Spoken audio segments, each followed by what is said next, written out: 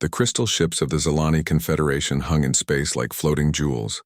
Their hulls caught starlight and threw it back in rainbow patterns. These beautiful vessels had kept peace in their corner of the galaxy for 300 years. Today, they fled in terror. Ambassador Thys pressed her four-fingered hand against the smooth wall of her flagship's bridge. Through the transparent crystal, she watched another world die. The planet Keth-7 had been green and blue just hours ago. Now orange fire covered its surface. The Kreth swarm had come. "How many got out?" Thys asked. Her voice carried the musical tone that all Zalani shared, but today it held only sadness. "Maybe half the population," replied Captain Vess. His tall, thin frame shook as he spoke. "The bioships came too fast. Our evacuation transports couldn't reach the southern continent." Thys closed her large, dark eyes. 2 billion Zalani lived on Keth-7's southern continent. Had lived. The Kreth didn't take prisoners. They consumed everything, people, animals, plants, even the soil itself. What they couldn't eat, they burned. The bridge fell silent except for the soft hum of their ship's power systems.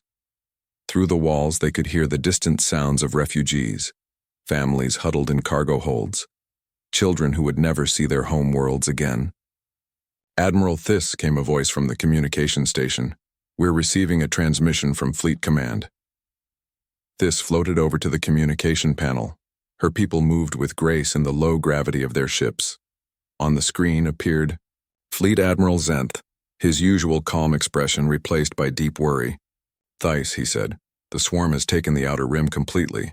17 worlds in 6 days, our fleets can't stop them." "What about the energy barriers?" Thys asked. "The quantum mines?" Zenth shook his head. "Nothing works. Their bioships adapt too quickly. When we hit them with plasma beams, they grow new armor that absorbs plasma. When we use quantum weapons, they change their biology to resist quantum effects. It's like they learn from every attack." Thys felt cold fear in her chest. The Zalani had always solved problems through intelligence and technology. They built better tools, found smarter solutions. Against the Kreth, none of that mattered. "How long do we have?" she asked. "Days, maybe weeks. They're heading straight for the core worlds." "Thys, we need help. Real help." "From who?" "The Trell. Won't fight. They're still angry about the trade dispute. The Vorth don't have enough ships. The Crystalline Collective cares only about their profits." Zenth leaned forward. "There has to be someone. Anyone. The galaxy is huge, Thys. Somewhere out there is a species that can fight these monsters." After the transmission ended, Thys stood alone on her bridge. Through the crystal walls, she watched Keth-7 grow smaller as they fled. The planet that had been her childhood home was now just another orange dot in space. She thought about Admiral Zenth's words. The galaxy was huge. Over 10,000 known species lived among the stars. Surely one of them could help. Thys moved to the communication station and began composing a message. Not to any specific government or military, not to the Galactic Council with all their rules and procedures. She would send it everywhere to everyone.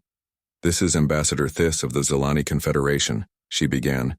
"We send this message to all intelligent species, to all who can hear our words. We are dying." She paused, choosing her words carefully.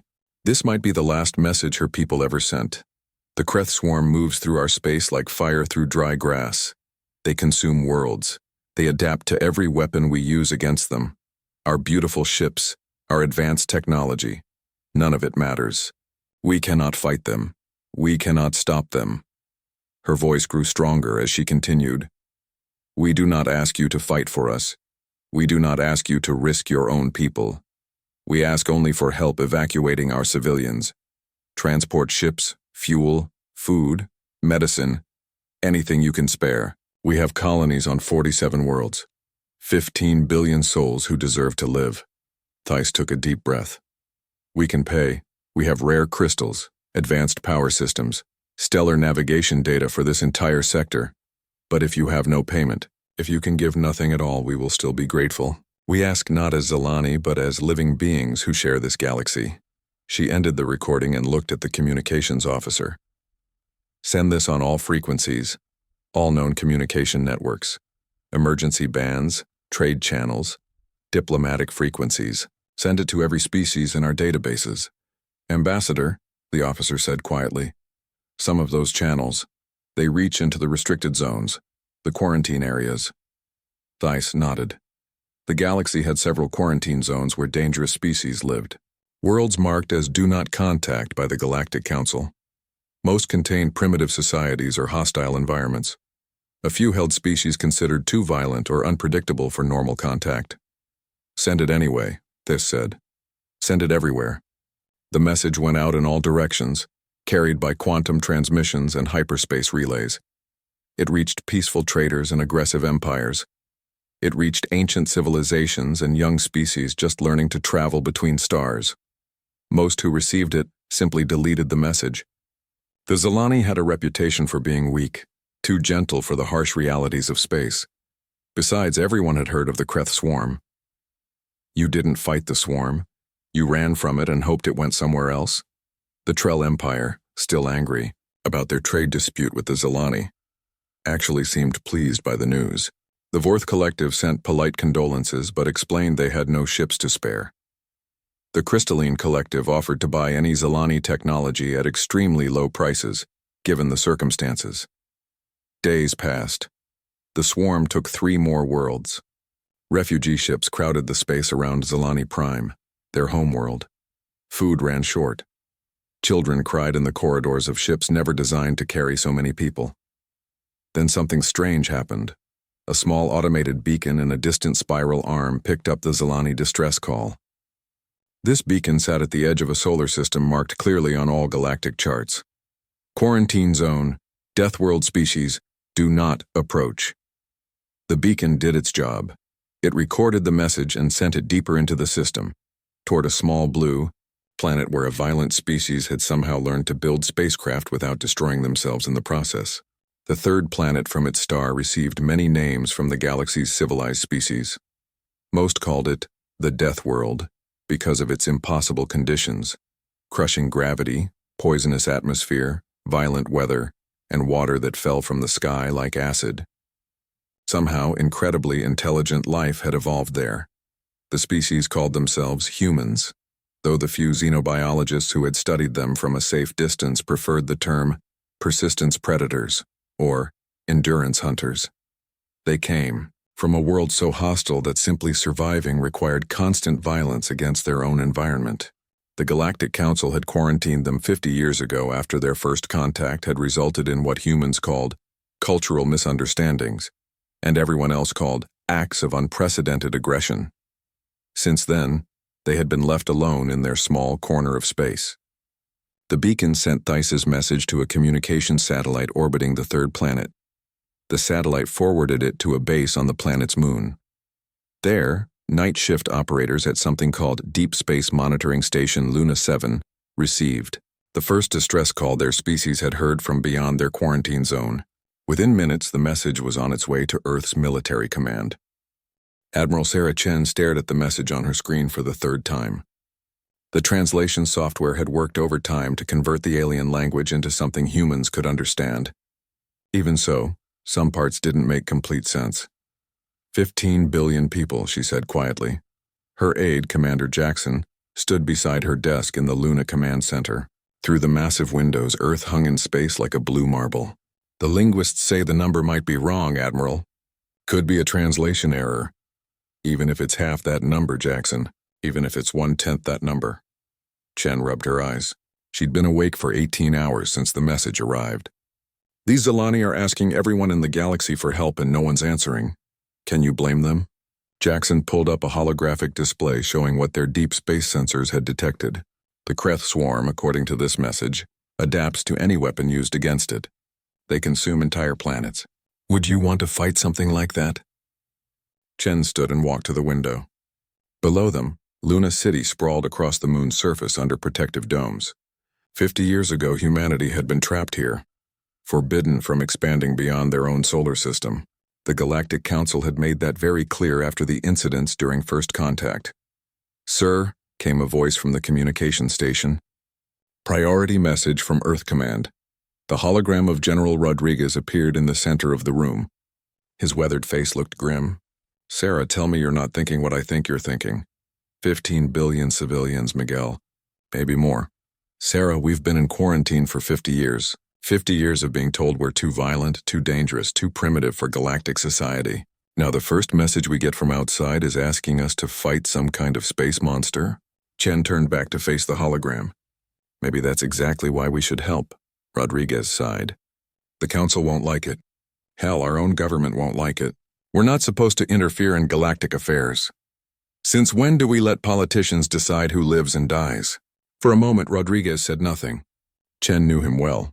They'd served together during the Mars colony uprising and later during the asteroid mining wars.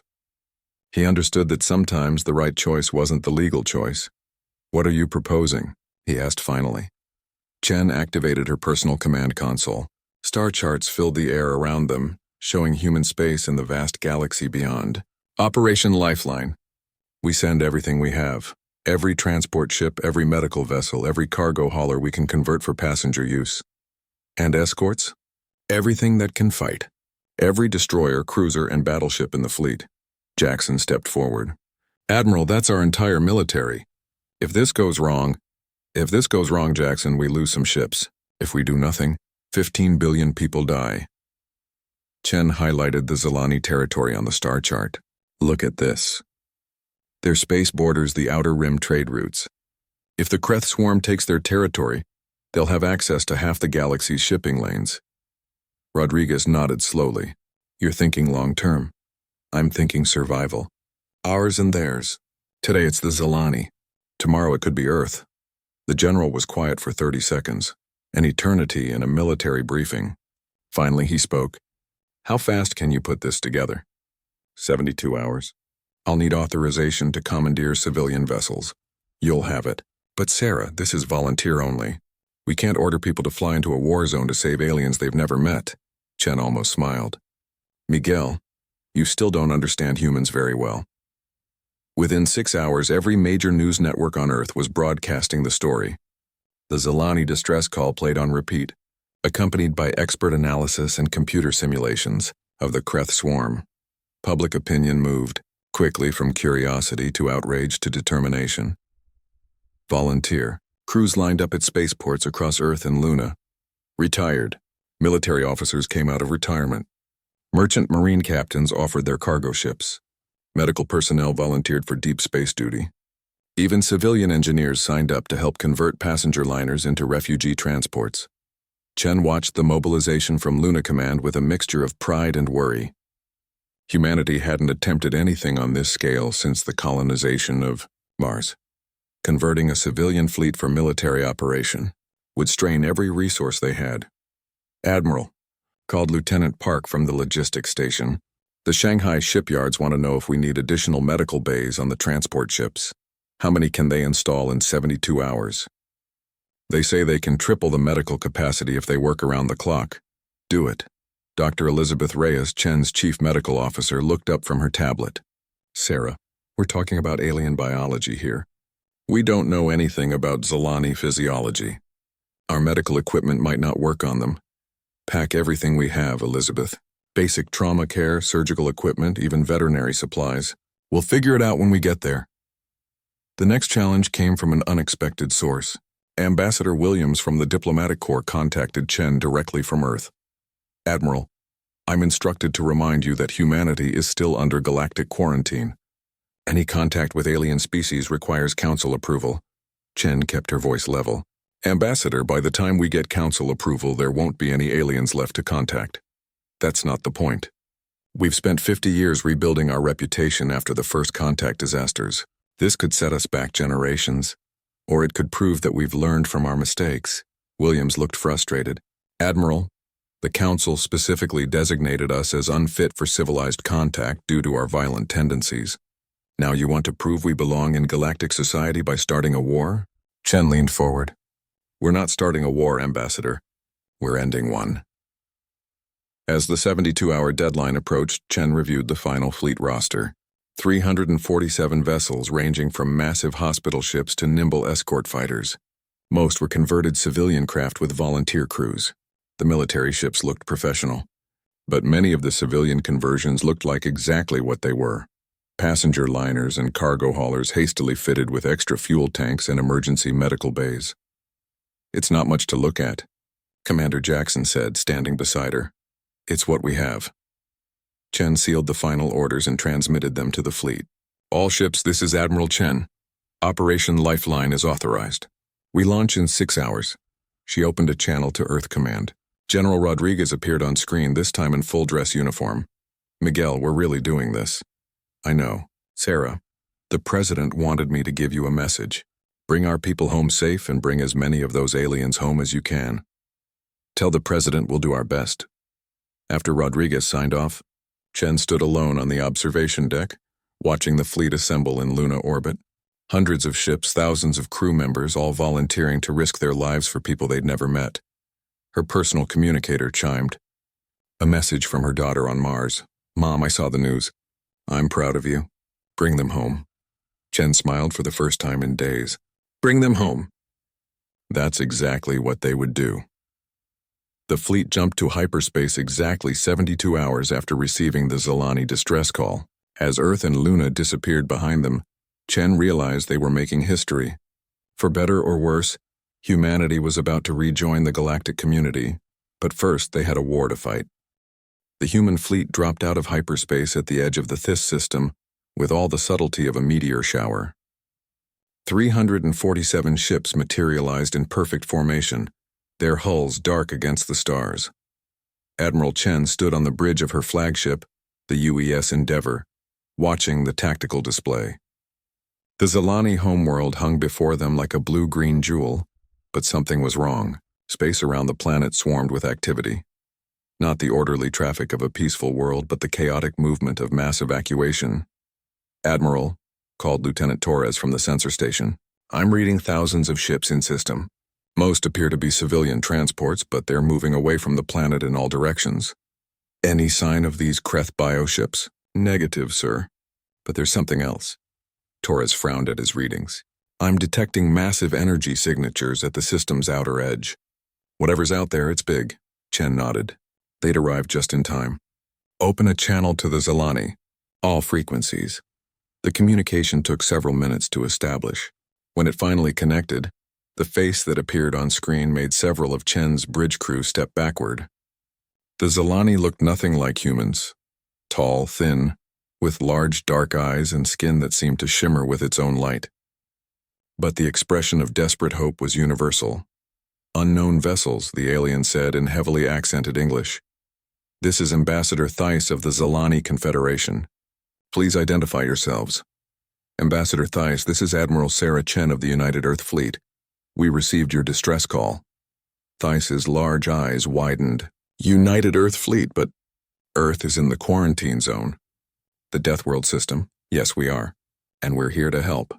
For a long moment, Theiss said nothing. Chen could hear urgent conversations in the background, voices speaking the musical Zilani language too quickly for the translation system to follow. Finally, Theiss spoke again. "Admiral Chen, we are grateful for any assistance, but I must warn you. We have detected Kreth forces at the edge of our system. They will arrive within hours. This is extremely dangerous." Alarms suddenly blared on both ships. Lieutenant Torres shouted over the noise. "Admiral!" Multiple contacts dropping out of hyperspace. Bearing 047, distance 12 million kilometers and closing fast. The tactical display filled with new contacts. Dozens of them moving with purpose toward the inner system. But these weren't ships in any traditional sense. The sensors showed organic shapes like enormous sea creatures swimming through space. "The Kreth," Theiss whispered over the comm channel. "Admiral Chen, you must flee. Your ships will be consumed." Chen ignored the suggestion. "All ships, this is the Admiral. Form defensive perimeter around the Zilani evacuation transports. Weapons free, repeat, weapons free." "Admiral," Theiss said urgently, "you don't understand. These creatures adapt to any weapon used against them. Plasma, quantum beams, antimatter charges. They learn to resist everything." "Ambassador, we don't use plasma or quantum beams." Chen turned to her weapons officer. "Mr. Kim, what do we have loaded?" "Standard kinetic rounds, Admiral. Tungsten penetrators with high explosive warheads." "Kinetic rounds?" Theiss sounded confused. You use physical projectiles, among other things. Mr. Kim, target the lead bioship, full spread. The Endeavor's main guns spoke, not with the elegant energy beams the Zilani expected, but with the simple violence of metal and explosives. 12 tungsten rods, each weighing several tons, streaked across space at a significant fraction of light speed. The lead Kreth bioship never had a chance to adapt. The kinetic rounds punched through its organic armor like bullets through wet paper. Secondary explosions rippled along its length as the high-explosive warheads detonated inside its body. "Direct hit," Torres called out. "Target is breaking apart." On the communication screen, Thais stared in shock. How did you kill it so quickly?" "Kinetic energy is kinetic energy, Ambassador. Hard to adapt to physics, but the Kreth weren't finished." The remaining bioships spread out, moving to surround the human fleet. Chen watched the tactical display with growing concern. The aliens had numbers, dozens of bioships against her 347 vessels. "Admiral," came a transmission from Captain Rodriguez aboard the destroyer Indomitable. "These things are trying to get around us to reach the evacuation transports. All escort vessels, screen the civilian ships. Transport captains begin evacuating Zilani civilians immediately." The first real battle began as Kreth bioships closed with the human fleet. Chen watched her people fight with a mixture of pride and horror. The human ships weren't elegant like Zilani crystal vessels or adaptive like Kreth bioships. They were blunt instruments, steel and ceramic armor, chemical explosives, and the kind of redundant engineering that came from a species that expected everything to break down eventually, and it worked. The Kreth bioships that had easily overwhelmed Zilani energy weapons found themselves facing an entirely different challenge. Human ships shot simple bullets, very large, very fast bullets, that punched holes in organic armor before exploding. When the Kreth tried to adapt thicker skin, the humans switched to armor-piercing rounds. When they adapted to those, human ships closed distance and used chemical lasers that burned rather than fired energy bursts. But the most shocking moment came when Captain Rodriguez's destroyer took heavy damage from 3 bioships. Instead of retreating, the Indomitable accelerated directly toward the largest attacker. "Rodriguez, what are you doing?" Chen demanded over the comm. "Buying time, Admiral. Medical ship Mercy has 3,000 Zilani children aboard and she can't outrun these things." Chen watched in horror as the Indomitable rammed the bioship at full speed. Both vessels exploded in a ball of fire that lit up the system. But the medical ship Mercy escaped, carrying its precious cargo toward the human transport fleet. "Captain Rodriguez, respond," Chen called. Only static answered. On her screen, Ambassador Thys spoke quietly. "He died for our children." "Why would he do such a thing?" "Because that's what we do," Chen said simply. The battle continued for 6 hours. Kreth bioships attacked in waves, trying to break through the human defensive line to reach the Zilani transports. Each time they met the same stubborn resistance. Human ships that should have been destroyed kept fighting. Vessels with half their hull blown away continued firing. Crews transferred from ship to ship as their vessels became too damaged to operate. Dr. Reyes worked miracles in the medical bays, treating both human casualties and the first Zilani refugees. The alien physiology was strange, but basic trauma care translated across species. Stop the bleeding, treat for shock, repair what could be repaired. "Admiral," this reported after another successful evacuation run, "we have rescued 4 million civilians from the surface, but there are still millions more." Chen looked at her tactical display. Half her escort ships were gone and the remaining vessels showed heavy damage, but they were holding the line. "How many more worlds do you have, Ambassador?" 14 colonies still hold significant populations. "But Admiral, your fleet cannot survive 14 more battles like this." Chen thought about Captain Rodriguez and the crew of the Indomitable. She thought about the volunteer crews who had signed up for this mission, knowing they might not return home. "Let us worry about that, Ambassador. Your job is to save your people. Our job is to make sure you get the chance." As the first Kreth attack wave retreated, Chen received damage reports from across the fleet. The numbers weren't good. 23 ships completely lost, another 47 too damaged for further combat. But they had saved 4 million Zilani lives and proven something important. Humans could fight the Kreth swarm. "Admiral," Lieutenant Torres called from his sensor station. "Long-range scanners are detecting more Kreth forces moving toward the neighboring systems." Chen nodded. This was just the beginning. All ships, this is Admiral Chen. Well done today, people. But we're not finished. There are still billions of Zilani who need our help. She paused, thinking of Rodriguez and all the others who wouldn't be going home. We came here to save lives. Let's get back to work.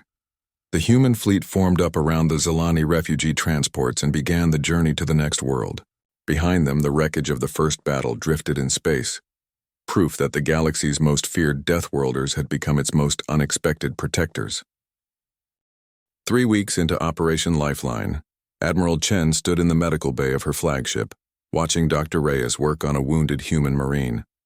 The soldier had taken shrapnel from a Kreth bioweapon during the evacuation of Kelm 4, but he would live.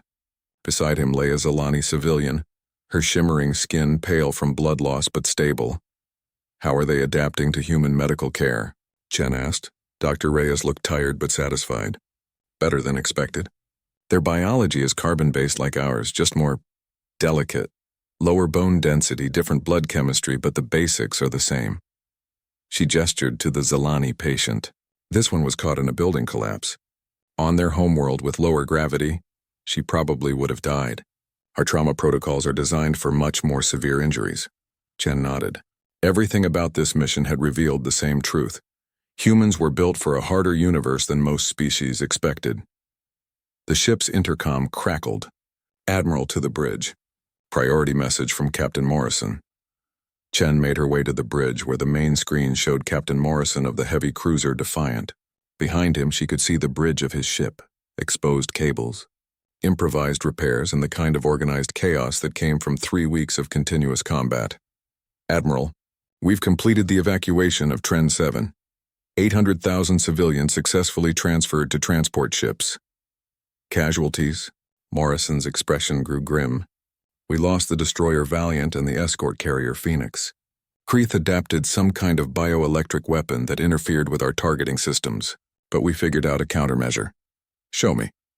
The tactical display shifted to show Morrison's engagement with the Kreth forces. Chen watched as Kreth bioships fired crackling energy weapons that caused human vessels to drift helplessly. Their targeting computers scrambled. Standard response would be to retreat and develop new electronics, Morrison explained. Instead, we went to manual targeting. Good old-fashioned eyeball navigation and manual fire control. Chen smiled despite the circumstances. You fought a space battle with manual targeting?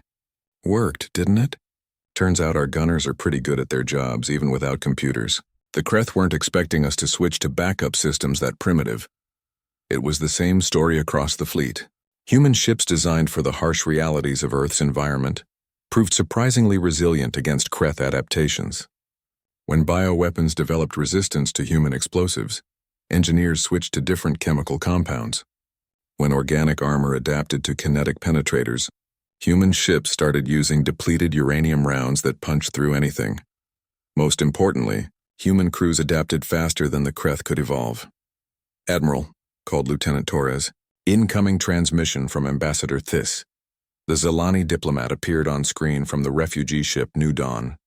Behind her, Chen could see hundreds of Zilani families crowded into spaces designed for cargo. Admiral Chen, I wanted to update you on our situation. We have now evacuated 47 million civilians from 12 worlds. Your fleet has made this miracle possible. How many more worlds, Ambassador? 5 colonies remain, but... Thys paused. Admiral, I must tell you something. The Galactic Council has issued a formal censure against humanity for violating quarantine restrictions. Chen felt her jaw tighten. I see. There's more. Several species have demanded that you withdraw immediately. They claim human military action violates the neutrality accords. What do you think, Ambassador? This was quiet for a moment. Admiral, 3 weeks ago, I believed the galaxy's civilized species were those who had moved beyond violence. I thought primitive worlds like yours were too dangerous for peaceful contact. She gestured to the refugees behind her. I was wrong. Your people risk their lives daily for strangers they have never met. You share your food, your medicine, your ships with us. What is civilized about standing by while billions die? Chen felt a surge of respect for the alien diplomat. Thank you, Ambassador. There is something else you should know. We have been monitoring Kreth movements across the sector. They are not simply consuming our worlds. They are learning from their encounters with your fleet. The tactical display shifted to show a sector-wide view of Kreth activities. Chen studied the patterns with growing concern. They're adapting their strategy, she realized. Yes, early encounters showed them attacking in small groups. Now they mass larger forces before engaging your ships. They have also begun developing new bioweapon forms specifically designed to counter human tactics. Chen called up the fleet status report. After 3 weeks of continuous combat, her numbers were grim. She'd started with 347 vessels. Now she had 212 combat-capable ships, and most of those showed heavy damage. But they had evacuated 47 million civilians. "Commander Jackson," she called to her aide, "how are our supplies holding up?" Jackson consulted his tablet. "Ammunition is running low. We're down to 60% of our initial loads. Food stores are adequate, but medical supplies are critically low. We're treating both human and Zilani casualties, and Dr. Reyes has had to get creative with some treatments." "What about the civilian transports? Packed beyond capacity. We're carrying twice as many refugees as the ships were designed for. Life support is strained, but holding."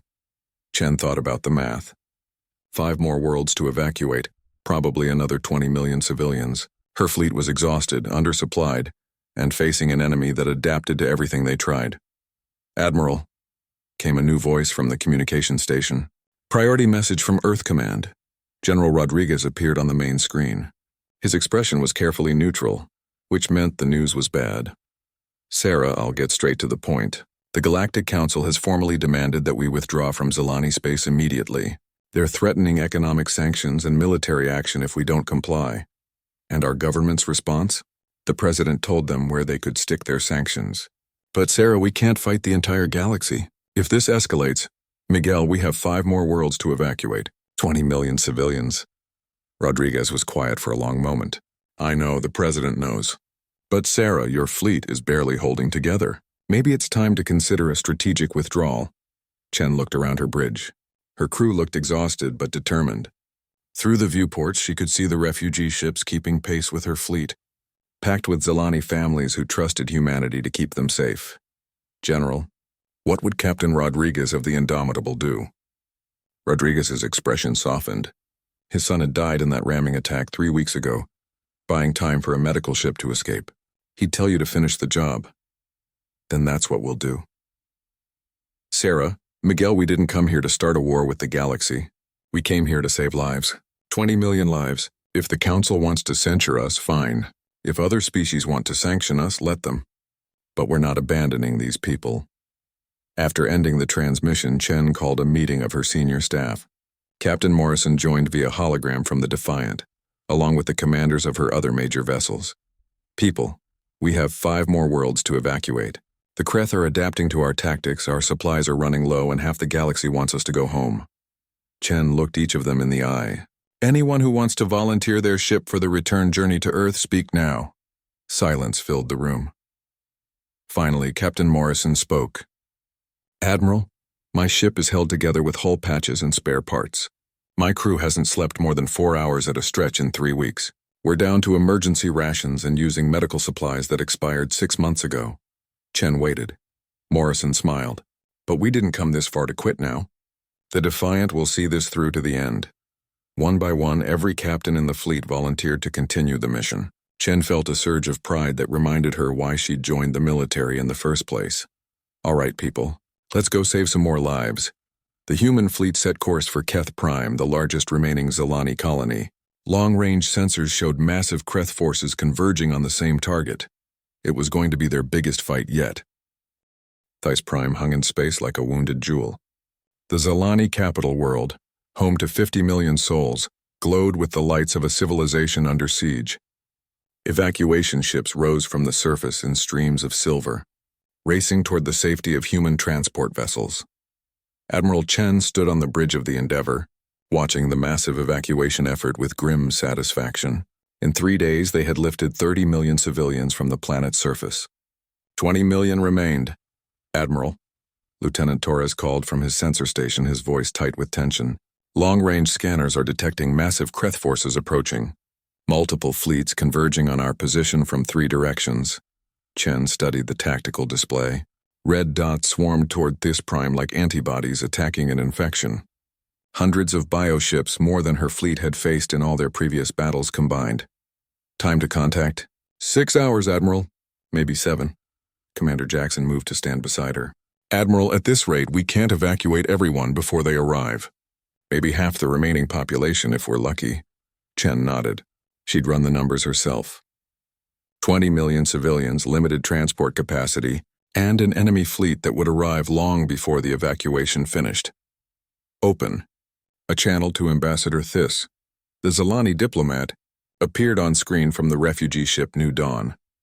Her usually composed features showed the strain of 4 weeks in exile, but her large eyes remained determined. Admiral Chen, our sensors show the same readings as yours. The largest Kreth force ever assembled is approaching this system. Yes, Ambassador. I need to ask you something, and I need an honest answer. How important is Thys Prime to your people? Thys didn't hesitate. It is our homeworld, Admiral. Our oldest cities, our greatest libraries, our most sacred sites, they are all here. But more importantly, 20 million of our people remain on the surface. Chen made her decision. Ambassador, signal all evacuation transports. I want them to break off and head for the edge of the system. Admiral, there are still millions of civilians.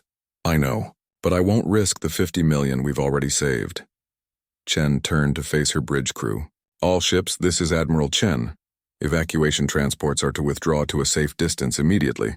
All combat vessels will remain in system to continue covering the evacuation. Jackson stared at her. Admiral, if we stay, the Kreth will overwhelm us. There are too many of them. I know. Chen activated the fleet-wide communication system. All hands, this is the Admiral. In 6 hours, the largest Kreth force we have ever encountered will arrive in this system. Our evacuation transports are withdrawing to safety, but 20 million Zalani civilians remain on the planet below. She paused, choosing her words carefully. I will not order anyone to stay. This fight will be different from the others. We cannot retreat if things go badly. Any ship that remains does so knowing we may not see home again. Chen looked around her bridge. However, I will not abandon 20 million innocent lives. The Endeavor will remain in system to continue the evacuation. Any ship that wishes to withdraw with the transports may do so now, with no questions asked and no shame attached. She waited. The communication channels remained silent. Finally, Captain Morrison's voice came through from the Defiant. Admiral, the Defiant will remain on station. The Intrepid stands ready, Admiral, came another voice. One by one, every ship in the fleet confirmed they would stay. 212 combat vessels, most showing heavy damage from weeks of fighting, all volunteering for what might be a suicide mission. Admiral, came a new voice over the comm. Dr. Reyes spoke from the medical bay. The hospital ships are requesting permission to remain in system as well. There are wounded Zalani on the planet who can't be moved yet. Chen felt tears she didn't expect. Permission granted, Doctor. The next 6 hours passed in a blur of preparation. Engineering teams worked miracles, patching damaged hulls and coaxing more power from strained reactors. Ammunition was redistributed from damaged ships to those still capable of fighting. Medical supplies were loaded onto every available shuttle for emergency evacuation runs. Admiral Chen found herself in the observation lounge of the Endeavor, looking down at Thys Prime. The planet's surface showed the lights of a world under siege, cities going dark as their populations evacuated, spaceports blazing with activity as the last transport ships prepared for departure. Ambassador Thys joined her at the observation window. The Zalani diplomat had insisted on remaining aboard Chen's flagship rather than evacuating with the other refugees. Admiral, why are you doing this? Your government has ordered you to withdraw. The Galactic Council has censured your species. You owe us nothing. Chen thought about the question for a long moment. Ambassador, 50 years ago, the galaxy told humanity we were too violent, too dangerous for civilized contact. They quarantined us like we were some kind of disease. The Council feared your aggressive tendencies. Maybe they were right to fear us, but they were wrong about why we're aggressive. Chen pointed to the planet below. We're not violent because we enjoy destruction, Ambassador. We're violent because sometimes violence is the only thing that stops evil from winning. Thys was quiet for a moment. The Council will never accept this reasoning. Then the Council is made up of cowards. The tactical alarms began sounding. Chen and Thys hurried back to the bridge where Lieutenant Torres was tracking multiple contacts at the edge of the system. Admiral, they're here. I'm reading over 300 bioships, multiple size classes. Some of them are massive. The main screen showed the approaching Kreth fleet. Chen had seen bioships before, but nothing like this. The largest vessels looked less like ships and more like living space stations, covered in organic weapons and swarming with smaller attack craft. All ships, battle stations, form defensive perimeter around Theiss Prime. Evacuation shuttles. Continue operations until I give the word. The battle began at extreme range, with human ships firing kinetic rounds at the approaching bioships. The Kreth had learned from their previous encounters. Their new organic armor was thicker, designed to absorb the impact of human weapons, but humans had learned too. Mr. Kim, Chen called to her weapons officer.